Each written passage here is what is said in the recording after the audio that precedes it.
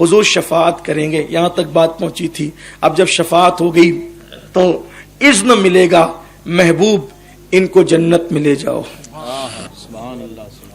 حضور علیہ السلام جنت کی چابی حضور کو دی جائے گی، حضور جنت کی چابی حضرت ابوبکر صدیق کو دیں گے، اور ایک روایت میں آتا ہے کہ حضرت بلال کو دیں گے، اور جنت کا دروازہ کھولا جائے گا۔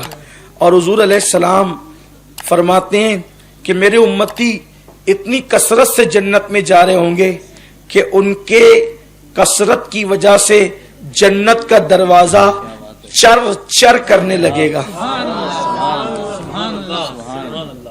جو لوگ یہ سمجھتے ہیں کہ وہ بھی جنت میں نہیں جائے گا، وہ بھی جنت میں جائے گا، جنت میں صرف ہم ہی 4-6 لوگ جائیں گے، تو وہ یہ نہ سمجھے کہ جنت 10x10 کی ہے، جنت بہت بڑی ہے۔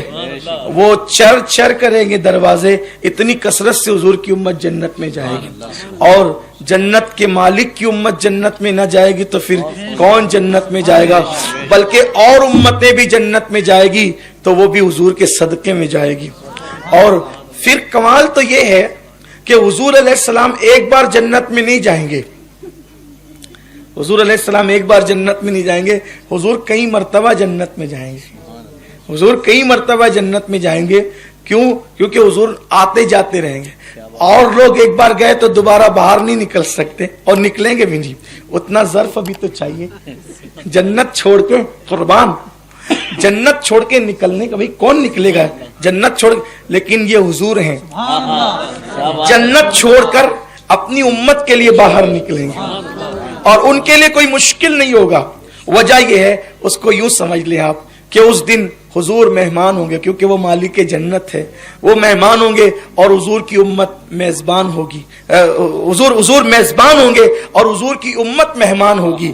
تو ہوتا کیا ہے کہ کسی کے یہاں شادی ہے یا کسی کے یہاں کوئی فنکشن ہے، اس نے بہت سجایا، قالین بچھائی، شمع جلائی، لائٹنگ لگائی، کمکمے سجائے، ہیلوجن لگائے، خوشبو لگائی، گدے لگائے اور صوفے لگائے۔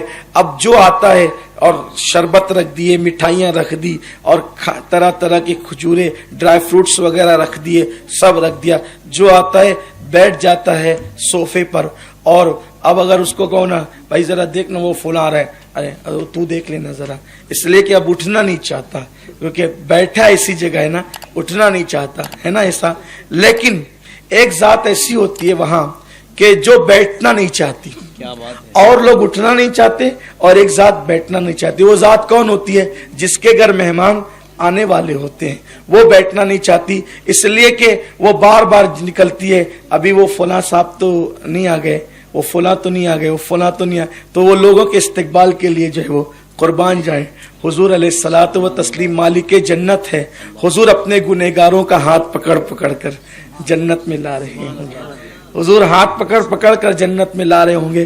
اب آپ مجھے بتائیں، کوئی ایسی ذات بھی تو بتائیں نا کہ گنہگاروں کا جسے اتنا خیال ہو اور حضور اس کو جنت میں لا رہے ہوں۔ اب آپ مجھے بتائیں، جس کا ہاتھ پکڑ کر حضور جنت میں لے کر کے جائیں، اس کو جنت میں جانے سے روک کون سکتا ہے؟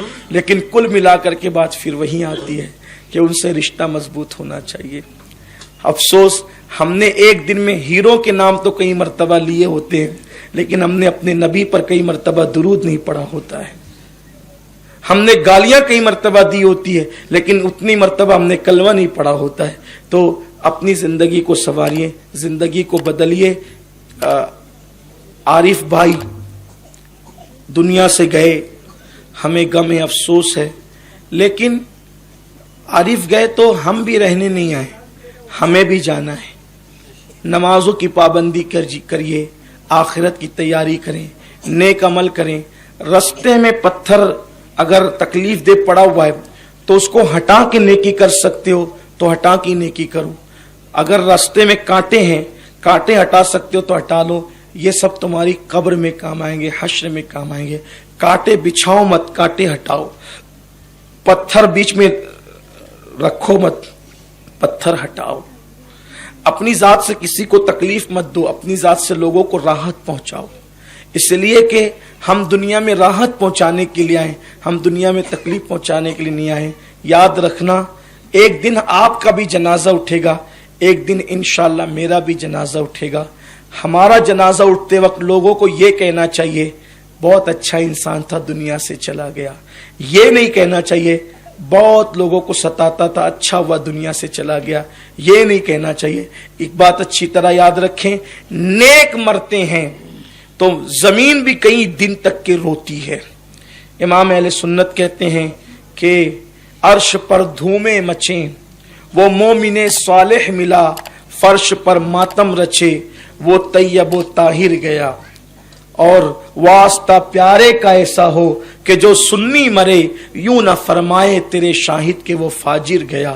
تو میری گزارش ہے نیک عمل کرو, لوگوں کو راحت پہنچاؤ. نماز, روزہ, حج, زکوٰۃ, تسبیحات یہ سب اپنی جگہ ان کی اہمیت ہے, لیکن لوگوں کو پیار تقسیم کرو, کیونکہ پیار دینے والا جب دنیا سے جاتا ہے تو لوگوں کو احساس ہوتا ہے کہ آج کوئی دنیا سے چلا گیا ہے. اس لیے لوگوں کے ساتھ محبت کا برتاؤ کرو, پیار کا برتاؤ کرو, اپنے اخلاق اچھے کرو, اپنے کردار اچھے کرو, اپنی زندگی اچھی کرو, اپنی اولاد کی تربیت اچھی کرو. اللہ تعالیٰ سے دعا ہے کہ اللہ مجھے آپ سب کو ایمان پر رکھے اور اللہ ایمان پر ہمارا خاتمہ فرمائے. گفتگو کے درمیان اگر کوئی غلطی ہو تو اللہ معاف کرے. استغفر اللہ ربی من کل ذنب واتوب الیہ. اللہ محمد عارف بھائی کی مغفرت فرمائے اور اللہ میری اور آپ سب کی مغفرت فرمائے. کروٹ کروٹ جنت کی بہاریں عطا فرمائے. وما علینا الا البلاغ. السلام علیکم.